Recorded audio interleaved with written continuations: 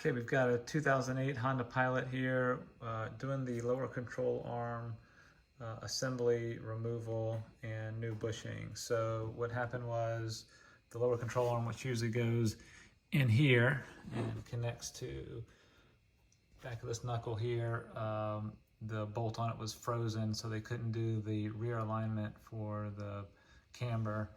And so we've got to change out the bushing and the bolt and show you that over here.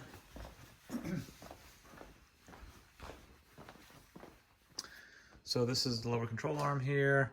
The spring goes in here. This is the part that mounts to the vehicle where the bolt was frozen. Actually, it's on this side over here. And typically you have one of these bolts that fits into the vehicle. It goes through a bushing right here and then goes into here.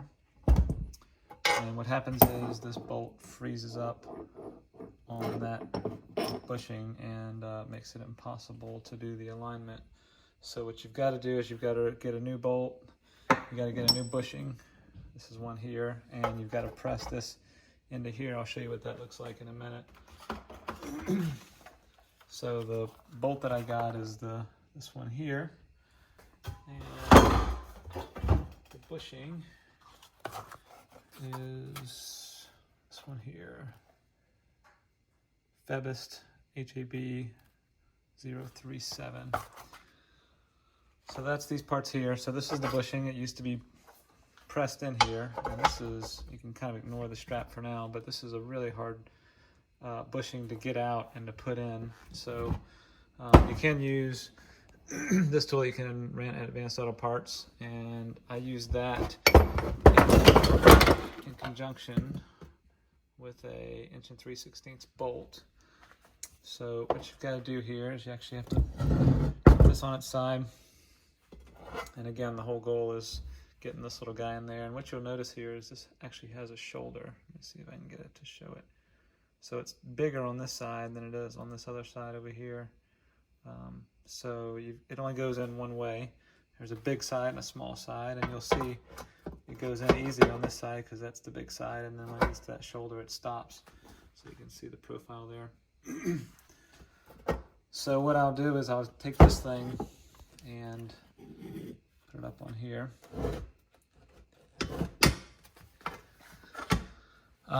But ultimately, the challenge here is that, if you can see behind this strap here, but you've got two parts of the arm that actually are separated, and as you press this thing in, these things will just compress together. They'll deflect and they'll compress together. So I actually put a little socket in here that's the same size as those two, and so that when I go to press it in, this top one doesn't deflect down, because when it does deflect down, it actually puts the bushing at the wrong angle. It kind of cocks it sideways. So you have to make sure that spacer is in there. And I actually just took a strap, strapped it on this side, and you can see how I've got it on this side over here. And so that holds that in there. You don't want this thing to slip out or move around. It's important that it stays right there to hold it. And then you just hit it with this clamp here. I freeze the bushing so that it's a little bit smaller, and then hit it with the clamp. Make sure you've got a spacer on the bottom side that allows the bushing to come through comfortably without hitting.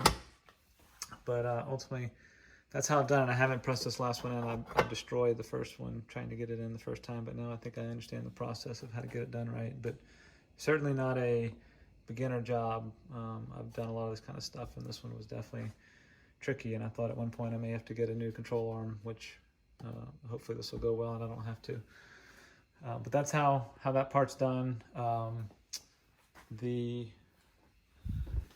blade that I used to cut it out, you actually have to cut these things out of the vehicle because they're so frozen up with the bolt. So it goes there, and basically this blade here, Sawzall blade, and I used this,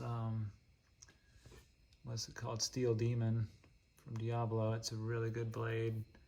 It's got some carbide teeth on it, but that thing will go through it pretty easily. This is the 9-inch version, and it's really hard because the exhaust pipe is back here, and it's really hard to get an angle on it. But if you take out the shock and the the bumper on that thing and take off your brake caliper, you can usually get an angle on there right through here with your Sawzall to cut it off.